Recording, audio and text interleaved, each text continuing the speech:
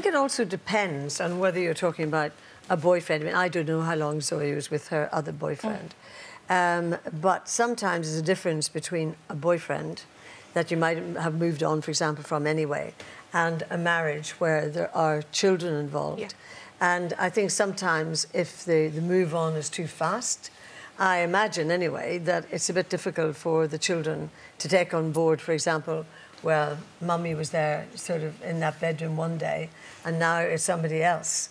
And I just wonder if that's quite difficult, if it's too soon. Yeah. And I know there is no right or wrong way. I completely agree. I think, you know, you have to think of the kids at the time because, you know, they have to form relationships with that person of when it will be. And I think that's very difficult as well. But again, like we keep saying, when is the right time? But you've got to think of the children. I don't have kids of my own, but I know for what I've dealt with losing my mum, the kids, I think, have to come quite first on top of the list. Yeah, and also you have to know that this relationship is actually going somewhere. I mean, because if, for argument's sake, you're going out with quite a number of people over a period of time. I think to say you have to know a relationship is going somewhere is quite a broad statement to make, because when does anybody know that a relationship is... I mean in front of your children. Well, again, I think we have to be really careful how we say things and what we portray out there to people, because I have never lost a partner to death, but I have lost a partner,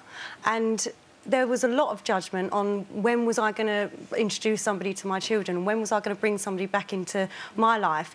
And I felt under so much pressure to wait a certain amount of time, do right by the kids, when actually the reality is that I live with my 2 children. If I sneak off and go and meet somebody, they're going to know about it. And I just think every circumstance is different. So to say until you know you're going to be with someone forever, don't introduce them to your kids, is a statement that nobody's ever going to be in that position to know. And also, can I just say, I think we're talking about 2 different things here. I think that's a different angle, if you like. I think in terms of moving on, the correspondence that we've had coming in, and thank you to those of you who've got in touch and been in a similar position.